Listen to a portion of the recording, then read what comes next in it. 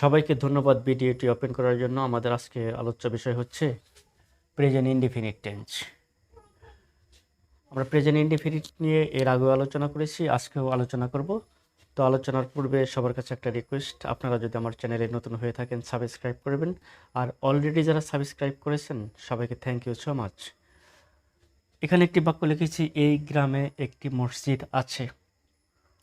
তার আগে লিখেছি কোথাও বা কোনো স্থানে কিছু আছে থাকলে প্রেজেন্ট ইনডিফিনিট টেন্স হয়। অর্থাৎ কোনো স্থানে বা কোথাও কোনো কিছু যদি আছে থাকে, সেই আছে থাকলে আমরা মনে করব বাক্যটি প্রেজেন্ট ইনডিফিনিট টেন্স।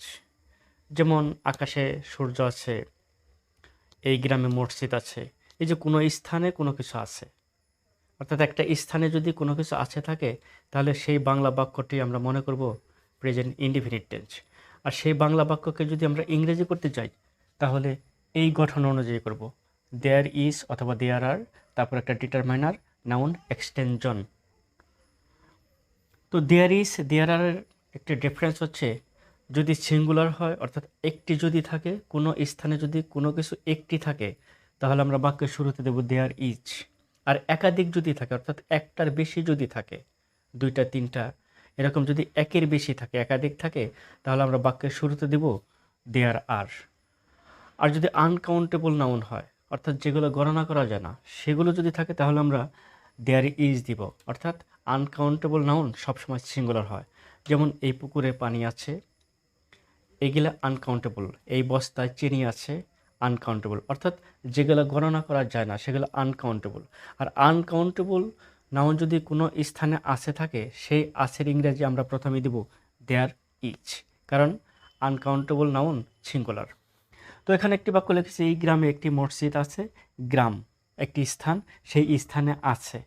যদি কোনো স্থানে আছে থাকে, তাহলে এই বাংলা বাক্যটিকে আমরা মনে করব প্রেজেন্ট ইনডিফিনিট টেন্স। আর এই কোনো স্থানে আছে থাকলে সেই বাক্যটাকে যদি আমরা ইংরেজি করি, প্রথমেই দেব দেয়ার ইজ অথবা দেয়ার আর। এই গ্রামে মসজিদ আছে। কয়টি মসজিদ আছে? একটি মসজিদ আছে। সুতরাং আমরা দেব দেয়ার ইজ, কারণ একটি সিঙ্গুলার। দেয়ার ইজ, তারপরে ডিটারমাইনার। ডিটারমাইনার অর্থ হইল সংখ্যা, পরিমাণ, আর্টিকেল, একে ডিটারমাইনার বলে। এই একটি সংখ্যা, এই জন্য এ ডিটারমাইনার, আমরা দিলাম ডিটারমাইনার আ। তারপরে নাউন। নাউন মানে মসজিদ, মস্ক।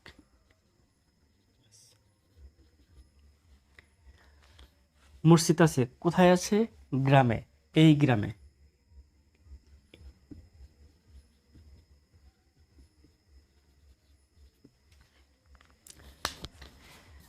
এই ইংরেজি বাক্যটা কোন টেন্স সেটা বোঝার উপায় হচ্ছে এই যে ইজ, অর্থাৎ ভার্বের প্রেজেন্ট ফর্ম। যদি কোনো বাক্যে ভার্বের প্রেজেন্ট ফর্ম থাকে, তাহলে আমরা মনে করব প্রেজেন্ট ইনডিফিনিট টেন্স। যেহেতু দেয়ার ইজ আছে অথবা দেয়ার আর, অর্থাৎ এমিজার, ওয়াজ, এমিজার, এই তিনটা হলো প্রেজেন্ট ফর্ম, ওয়াজ, ওয়ার পাস্ট ফর্ম। অর্থাৎ এমিজার যদি কোনো বাক্যের মূল ভার্ব হিসাবে থাকে, অর্থাৎ টু বি ভার্ব হিসাবে থাকে, তাহলে সেই ইংরেজি বাক্যটাকে আমরা মনে করব প্রেজেন্ট ইনডিফিনিট টেন্স। সুতরাং এই বাক্য আছে, কোনো স্থানে আছে অর্থাৎ গ্রামে আছে, প্রেজেন্ট ইনডিফিনিট টেন্স। এবং ইংরেজি বাক্যটা হচ্ছে দেয়ার ইজ। এই যে ইজ ভার্বের প্রেজেন্ট ফর্ম, সুতরাং এই ইংরেজি বাক্যটাকে আমরা মনে করব প্রেজেন্ট ইনডিফিনিট টেন্স। বাক্যটি যদি প্রশ্নবোধক হয়, অর্থাৎ কোনো স্থানে আছে থাকলে আমরা মনে করলাম প্রেজেন্ট ইনডিফিনিট টেন্স। সেই প্রেজেন্ট ইনডিফিনিট টেন্সে যদি প্রশ্ন থাকে, কি থাকে, অর্থাৎ প্রশ্নবোধক হলে, অর্থাৎ বাক্যে যদি কি থাকে, তাহলে আমরা গঠন করব। অর্থাৎ এই প্রেজেন্ট ইনডিফিনিট টেন্সকে আমরা বাংলা থেকে ইংরেজি করতে গেলে প্রথমে দেব ইজ অথবা আর, কারণ বাক্যে কি আছে, অর্থাৎ প্রশ্ন আছে। এই প্রশ্ন থাকলে আমরা প্রথমে দেব ইজ অথবা আর। সেখানে ইজ হবে না আর হবে, সেটা হয়েছে এই গ্রামে কি স্কুল আছে। গ্রামে একটি স্কুলই থাকে, একটি গ্রামে অনেক স্কুল থাকে না, একটি স্কুল থাকে, এই জন্য আমরা দেব ইচ। তারপরে দেয়ার,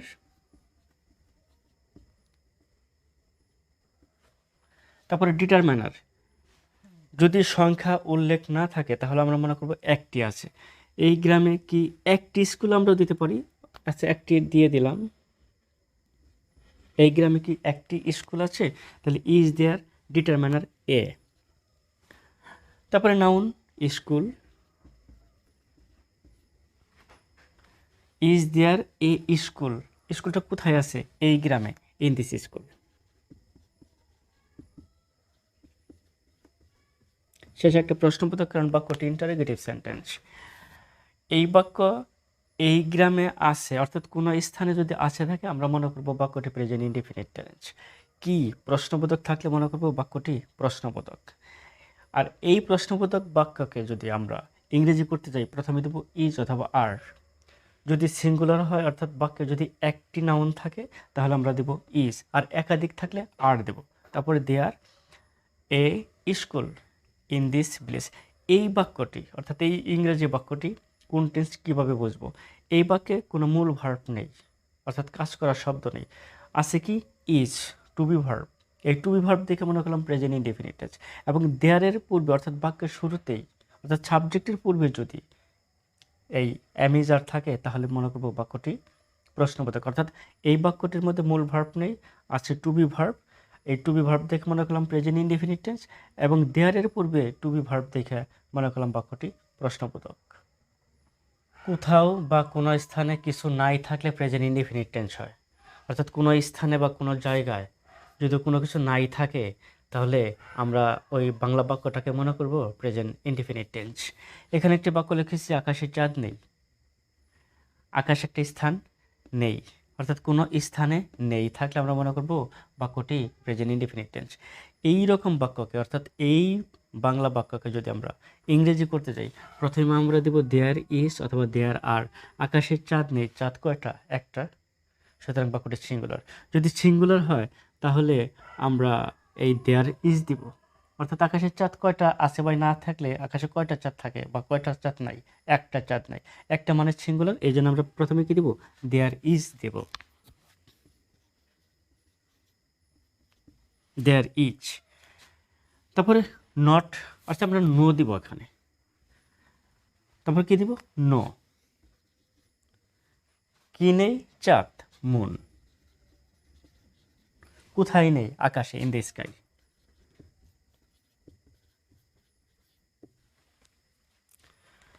এই বাংলা এই এই ইংরেজি বাক্যটি কোন টেন্স? এই ইংরেজি বাক্যে মূল ভার্ব নেই। যদি মূল ভার্ব না থাকে আমরা টু বি ভার্ব দেখব, অর্থাৎ অ্যামিজার দেখব। এখানে আছে ইজ। এই ইজ দেখে মনে করলাম, অর্থাৎ বাক্যে যদি মূল ভার্ব না থাকে আর সেই বাক্যে যদি অ্যামিজার থাকে আমরা মনে করব বাক্যটি প্রেজেন্ট ইনডিফিনিট টেন্স। আর এই বাক্যে নো আছে, অর্থাৎ নো নাউনের আগে বসলে নো, এই নো থাকলে আমরা মনে করব নেগেটিভ। অর্থাৎ এই ইংরেজি বাক্যটি প্রেজেন্ট ইনডিফিনিট টেন্সের নেগেটিভ বাক্য, অর্থাৎ নাবোধক বাক্য। আমরা কি বুঝলাম? কোনো স্থানে কোনো কিছু নাই, আকাশ একটা স্থান নেই, অর্থাৎ কোনো স্থানে যদি নেই থাকে বা নাই থাকে তাহলে আমরা মনে করব বাক্যটি প্রেজেন্ট ইনডিফিনিট টেন্স। আর ইংরেজি বাক্য যদি দেয়ার ইজ নো থাকে তাহলে মনে করব এটা প্রেজেন্ট ইনডিফিনিট টেন্সের নেগেটিভ বাক্য। অর্থাৎ দেয়ার ইজ, ইজ দেখে মনে করছি প্রেজেন্ট ইনডিফিনিট টেন্স, নো দেখে মনে করছি নেগেটিভ। কোনো স্থানে নেই থাকলে আমরা মনে করলাম বাক্যটি প্রেজেন্ট ইনডিফিনিট টেন্স।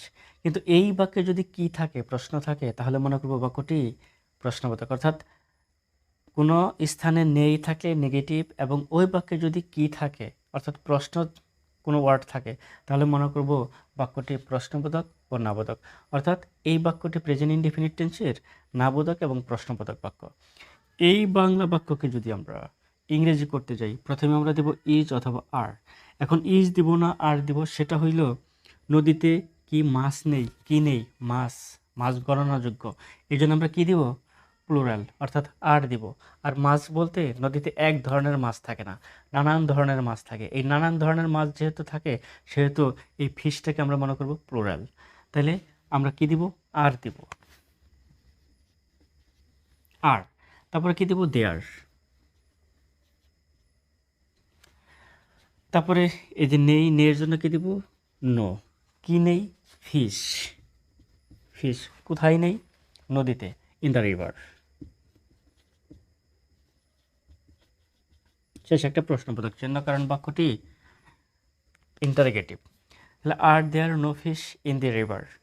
এই বাক্যটির মধ্যে মূল ভার্ব নেই। মূল ভার্ব না থাকলে আমরা খেয়াল করব বাক্যতে অ্যামিজার আছে কিনা।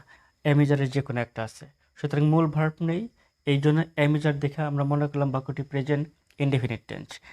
এবং এই দেয়ারের পূর্বে আর দেখে মনে করলাম বাক্যটি প্রশ্নবোধক এবং নো দেখে মনে করলাম বাক্যটি নাবোধক।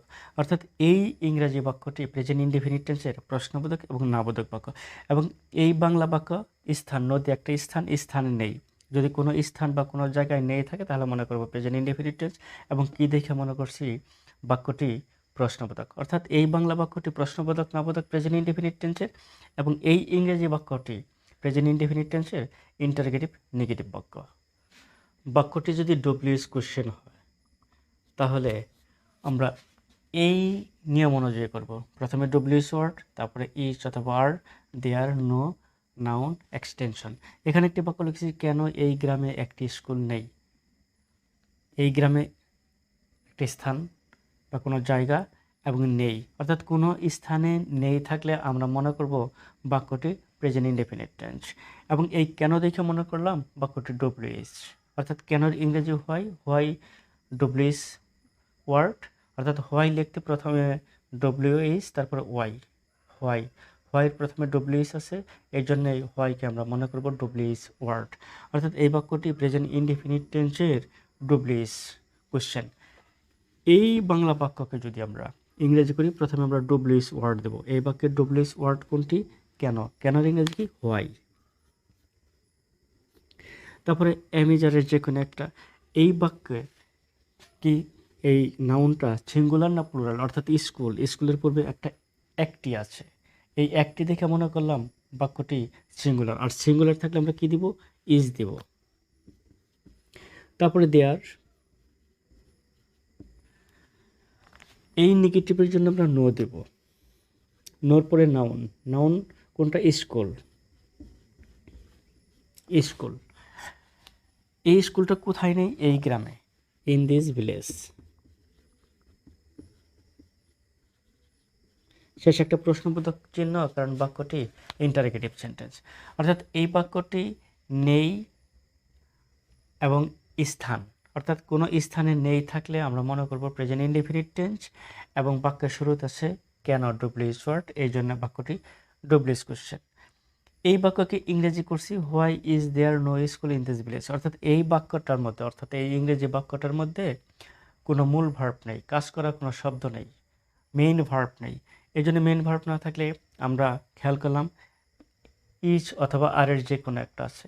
এই টু বি ভার্ব দেখে মনে করলাম প্রেজেন্ট ইনডেফিনিট টেন্স, এবং দেয়ারের পূর্বে এই ইজ দেখে মনে করলাম প্রশ্নবোধক বাক্য, এবং এর পূর্বে ডব্লিউএস ওয়ার্ড দেখে মনে করলাম ডব্লিউএস কোশ্চেন, এবং এই নো দেখে মনে করলাম বাক্যটি নেগেটিভ। অর্থাৎ এই বাক্যটি প্রেজেন্ট ইনডেফিনিট টেন্সের ডব্লিউএস নেগেটিভ কোশ্চেন।